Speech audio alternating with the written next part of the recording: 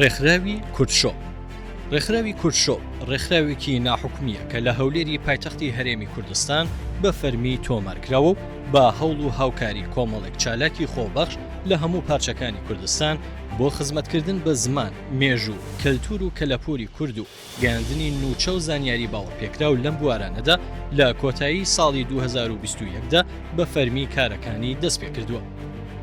کورتشۆ بۆ بەکردەییکردنی ئەو ئامانجانەی لە بەرنامەکەیدا دەستنیشان کراون بەکردنەوەی ئۆفیسی سەرەکی لە شاری هەولێر دەستی کردووە بە بەرهەمهێنانی کۆمەڵێک بەرنامەی ڤیدیۆیی سەبارەت بە پەروەردەی منداڵان، مێژوو، جوگرافیا، زمان، ئەدەبیات، هونەر و کەلەپوری کوردی و هەروەها دامەزراندنی ماڵپەڕێک و پێکێنانی تۆڕێک لە نووسەرانی هەر چوارپارچەی کوردستان بۆ لێکۆڵینەوە و نووسین لەسەر ئەو تەوەرانی لە ئامانجەکانی ڕێکخراوەکەدا دەستنیشان کراون. جیا لەو ماڵپەڕە بۆ بڵاوکردنەوەی بەرنامە و بابەتەکانی چەند کاناڵی لە یوتیوب و تۆڕە کۆمەڵایەتیەکان کردووەتەوە کە لە درێژەی ئەم راپۆرتەدا ئاماژەیان پێدەکەین. لە بەشی بەرنامەکان لەم ماوەیەدا 260 ئاڵقا بەرنامەی جیاواز لە 8 تەوەردا بەپێی ئەم خشتەی خوارەوە ئامادەکراون. فێربوونی زمانی کوردی 35 ئاڵقا، مێژووی کوردستان 28 ئاڵقا، هونەری کوردی 55 ئاڵقا، فەرهەنگ و ئەدەبیاتی کوردی 51 ئاڵقا، جوگرافیای کوردستان 27 ئاڵقا، چیرۆک بۆ منداڵان 50 ئاڵقا، ئینفۆگرافی 10 ئاڵقا، کارتۆنی ئەنیمەیشن بۆ منداڵان 4 ئاڵقا. کۆی گشتی بەرنامەکان لە 260 ئاڵقا پێکدێن کە بەشێکیان لە دۆخی بەردەوامیدان و بەشێکی تریشیان لە داهاتوودا بە ستایلێکی جیاواز دووبارە بەردەوامیان دەبێت. شایانی باسە بەشێک لەم بەرنامانە لە ستودیۆ و بە ئامادەبوونی میوانەکان بەرهەم هاتوون و بەشێکیشیان وەک بەرنامەی گەڕا وڵات بە شێوەی مەیدانی بەرهەم هاتوون و ستافی بەرهەمهێنەر ناچار بوون بۆ بەرهەمهێنانی بەرنامەکان بە شارە جیاوازەکانی باکوور و باشووری کوردستاندا بگەڕێن. بەشێک لەم بەرنامانەش وەک بەرنامەکانی چیرۆکی منداڵان و هەروەها کارتۆنی ئەنیمەیشن بۆ منداڵانمان بە ستافی پسپۆر لە باکوور و ڕۆژهەڵاتی کوردستان سپاردووە و کورتشۆ بە دابینکردنی تێچووی بەرهەمەکان دەبێتە خاوەنی ئەم بەرهەمانە.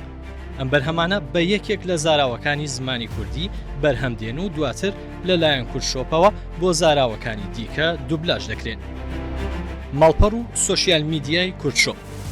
ڕێکخراوی کورتشۆ بۆ بڵاوکردنەوەی ئەم بەرنامە ڤیدیۆانەی بەرهەمی هێناون و هەروەها بۆ پاراستنی ئەو سامانە مێژووی و کەلەپوری و کۆمەڵایەتی لە کوردستان هەیە، هاوکارانی کورتشۆ لێکۆڵینەوە و توێژینەوەی لەسەر دەکەن و بابەت و وتاریان لەسەر دەنووسن و هەروەها بەمەبەستی ئاشناکردنی کوردانی هەر پارچەیەکی کوردستان و تاراوگە لەگەڵ سامانی کەلەپوری نیشتمانی گەورەیان و ئاشناکردنی خەڵکانی بیانی بە هەموو ئەو بوارانە لە کوردستان بڕیاریدا لە هەنگاوی یەکەمدا ماڵپەڕی کورتشۆ لە 3 بەشدا بکاتە سەکۆی ڕنگدانەوەی بەهاکانی کۆمەڵگەی کوردستان. بەشەکانی ماڵپەڕەکەمان بریتین لە بەشی کوردی بە پیتی ئارامی، زاراوەکانی سۆرانی، هەورامی، کەلهۆڕی، لەکی و کرمانجی. بەشی کوردی بە پیتی لاتینی، زاراوەکانی کرمانجی و زازاکی. بەشی ئینگلیزی.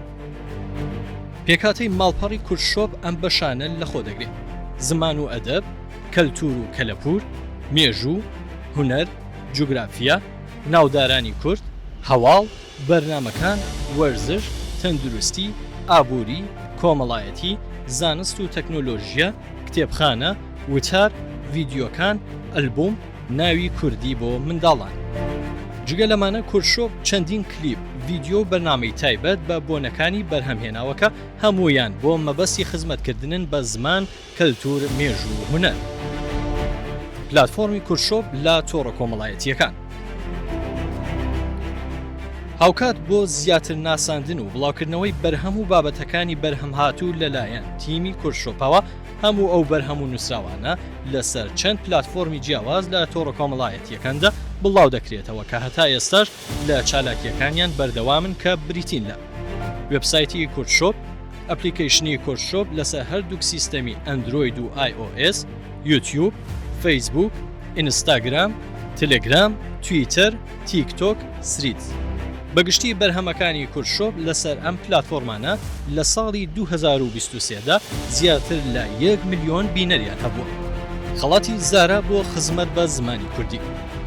ڕێکخراوی کورتشۆپ لە ساڵی 2022دا هاوکار لەگەڵ زیندانیکرانی مامۆستا زارا محەممەدی مامۆستای زمانی کوردی لە شاری سنێ ڕۆژهەڵاتی کوردستان کە بەهۆی فێرکاری و پەروەردەی زمانی کوردیەوە سزای 5 ساڵ زیندانی بەسەردا سەپا بوو بۆ ڕێزگرتن لە هەوڵەکانی مامۆستایە بۆ خزمەت بە زمانی کوردی خەڵاتی زارای ڕاگەن.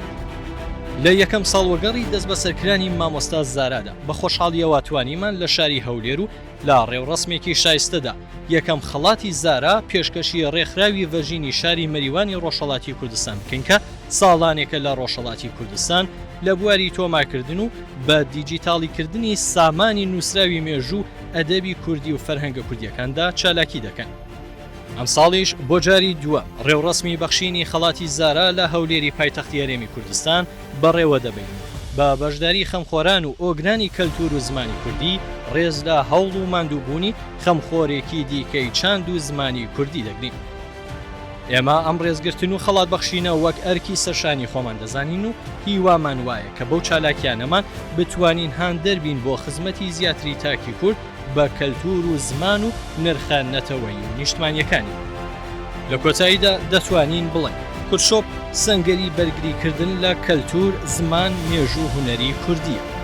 کورتشۆپ وێڕای ڕێزگرتن لە پێکاتە جیاوازەکانی کۆمەڵگەی کوردستان سەر بە هیچ لایەنێکی سیاسی کۆمەڵایەتی ئاینی و زاراوە و ناوچەیەکی تایبەت نییە و خۆی بە مڵکی هەموو کورد و کوردستانیان دەزانێت. کورتشۆپ هەوێنی تەبایی و برایەتی و پێکەوە ژیانی شەرەفمەندانەی سەرجەم پێکاتەکانی کوردستانە. کورتشۆپ تیشکی گەشانەوەی هۆشیاری نەتەوەیی و ناسنامە سازی نیشتمانیە.